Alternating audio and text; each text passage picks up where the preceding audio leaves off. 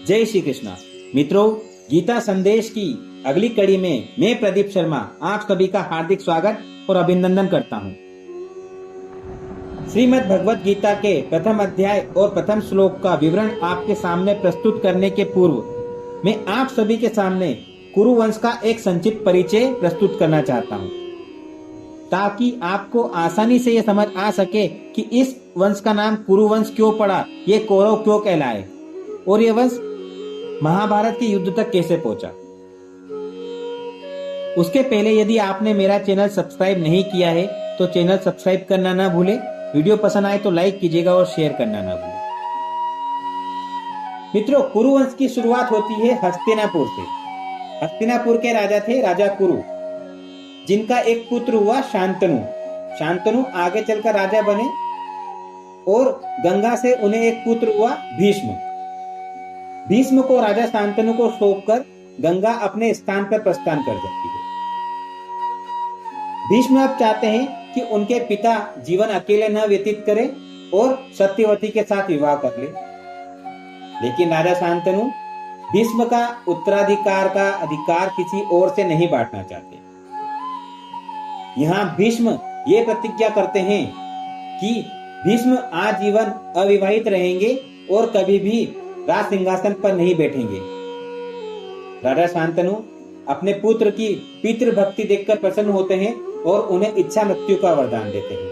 मतलब भीष्म स्वयं जब तक नहीं चाहेंगे वो मृत्यु को प्राप्त नहीं होंगे।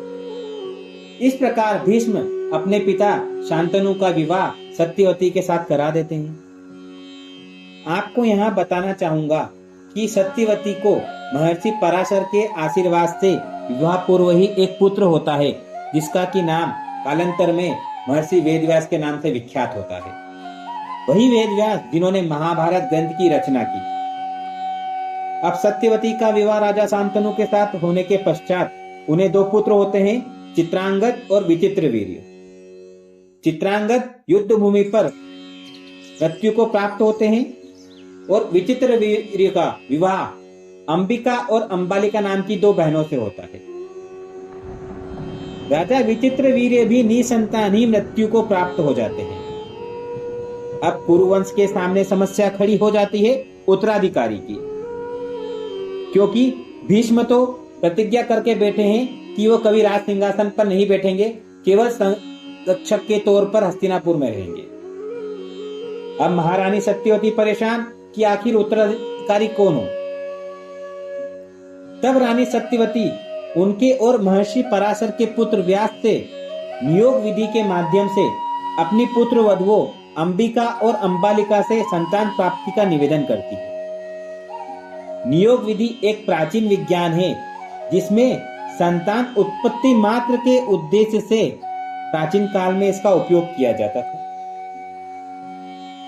नियोग विधि के वक्त महर्षि व्यास के यौगिक प्रकाश वश अंबिका अपनी आंखें बंद कर लेती, जिसके फलस्वरूप उन्हें एक दृष्टिहीन पुत्र प्राप्त होता है, जिसका की नाम होता है धृतराष्ट्र। ठीक इसी तरह अंबालिका भी घबराकर डर जाती है और डर से पीली पड़ जाती है, जिसके कारण उन्हें एक कमजोर पुत्र होता है जिसका नाम होता है पांडु।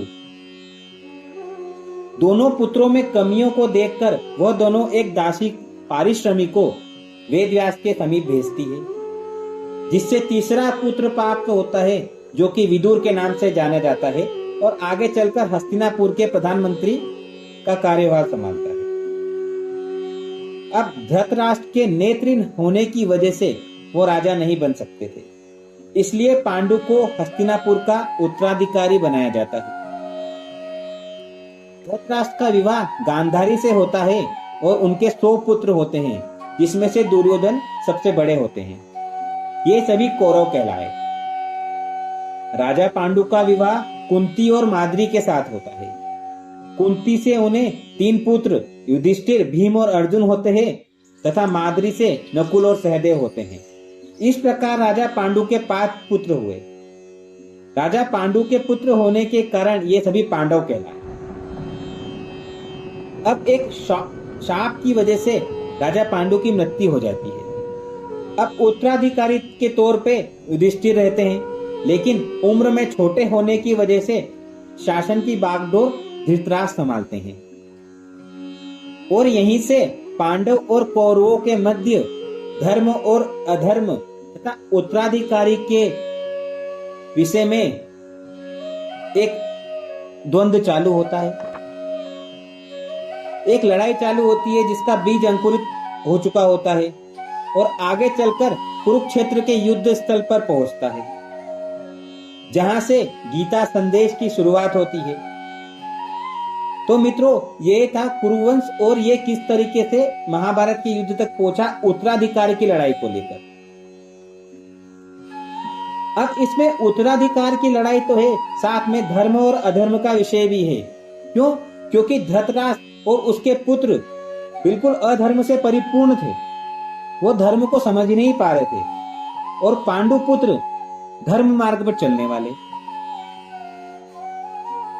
अब मेरे अगले वीडियो में मैं आपके सामने कुरुक्षेत्र से गीता संदेश की शुरुआत किस प्रकार हुई, यह आपके सामने प्रस्तुत करने जा रहा हूं। अगर अभी तक आपने वीडियो सब्सक्राइब नहीं किया है तो वीडियो सब्सक्राइब करना ना भूलें, ताकि आपको गीता संदेश मिलने